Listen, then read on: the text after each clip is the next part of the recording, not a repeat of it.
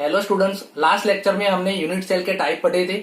आज हम पढ़ेंगे हर एक यूनिट सेल के टाइप में कितने एटम है, यानी कि एटम पर यूनिट सेल, और उसको रैंक ऑफ यूनिट सेल भी बोलते हैं, जो आपके एग्जाम में पूछते हैं एसक्यू एमसीक्यू में। तो आज वो हम देखेंगे। लास्ट लेक्चर में हम 4 टाइप के यूनिट सेल पढ़े थे।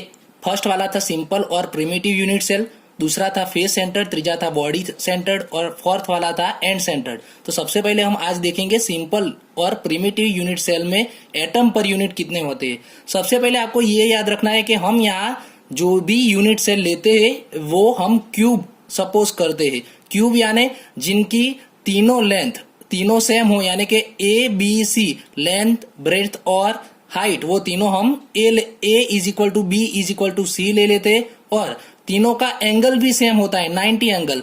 अल्फा बीटा गामा तीनों का एंगल 90 एंगल होता है। अलग अलग टाइप के मिलते हैं 14, लेकिन उसमें से हम जो यहाँ सपोज करते हैं वो हम लेते हैं तीनों की लेंथ सेम हो और तीनों का एंगल अल्फा बीटा गामा तीनों का 90 डिग्री हो। अब सबसे पहले हम सिंपल और प्रिमिटिव यूनिट सेल के बारे में पढ़ेंगे।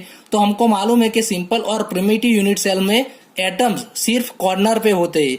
हमको मालूम है कि 8 कॉर्नर है, 8 कॉर्नर पर 8 कॉर्नर पर हम एक एक यहाँ एटम दिखा देंगे।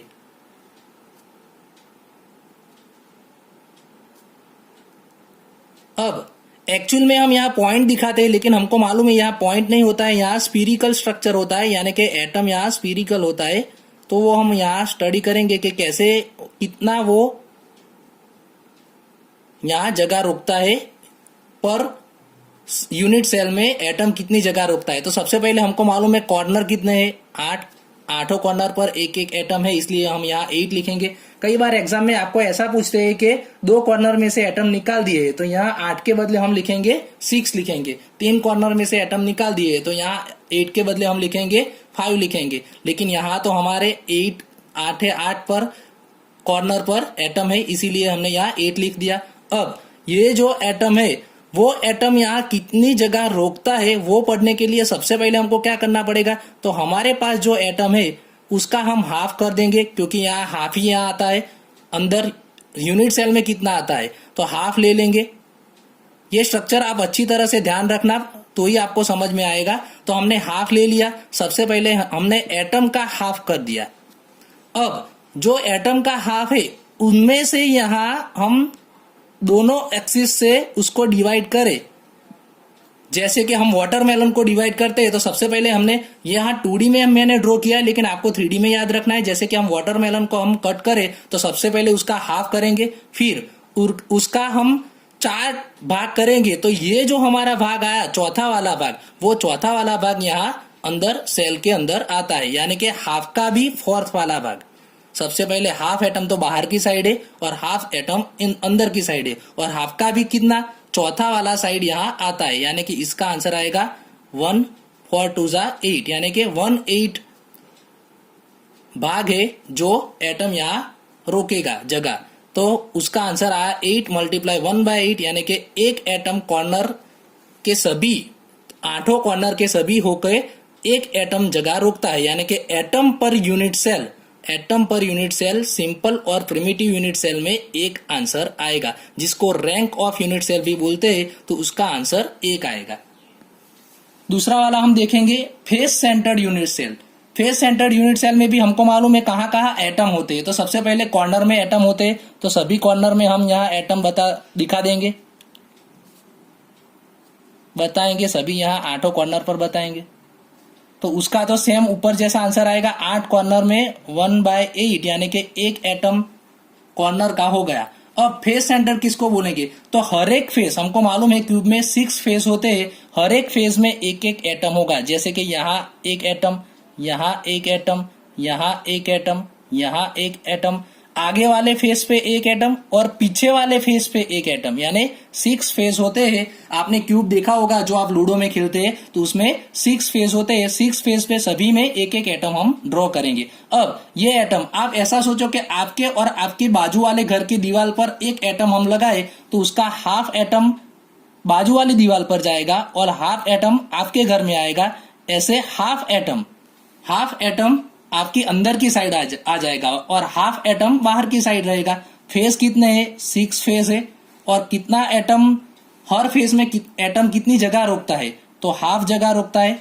अब इसका आंसर आएगा 2 3 जा 6 यानी 3। तो रैंक ऑफ यूनिट सेल हमको मिला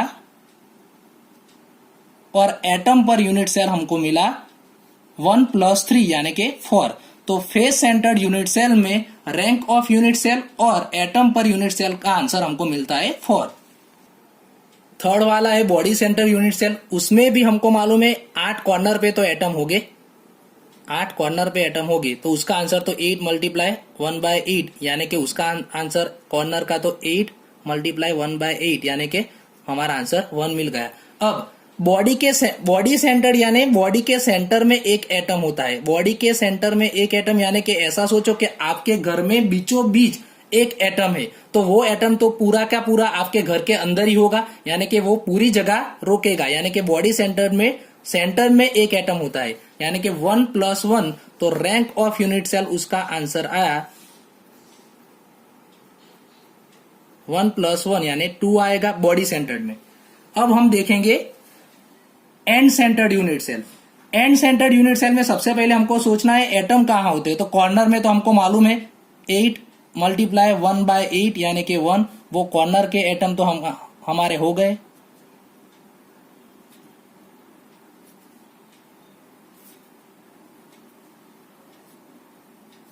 अब कोई भी दो ऑपोजिट एंड पर यानी कि कोई भी दो ऑपोजिट फेस पर दो एटम हमको दिखाने हैं। अगर मैं एक यहां दिखाऊं तो एक सामने वाले ऑपोजिट फेस पर हम एटम दिखाएंगे, एक यहां दिखाओ तो एक यहां दिखाएंगे। कोई भी दो ऑपोजिट फेस पर दो एटम होते। अब फेस पर हमको मालूम है कि अभी मैंने बोला था कि आपके और बाजू वाले घर में एक एटम हो तो हाफ एटम उनके घर में होगा, हाफ एटम आपके घर में होगा। तो सबसे पहले तो फेस 2 है, आमने सामने वाले 2 फेस पर ही, और दोनों जगह कितनी रोकेंगे, हाफ हाफ। दोनों जगह कितनी रोकेगी, मैंने अभी बताया कि हाफ एटम ही आपके घर के अंदर होगा, हाफ बाजू वाले के साइड। तो इसका हाफ इसका हाफ, दोनों के 2 एटम के, यानी कि हमारा आंसर मिल जाएगा 1। तो रैंक ऑफ यूनिट सेल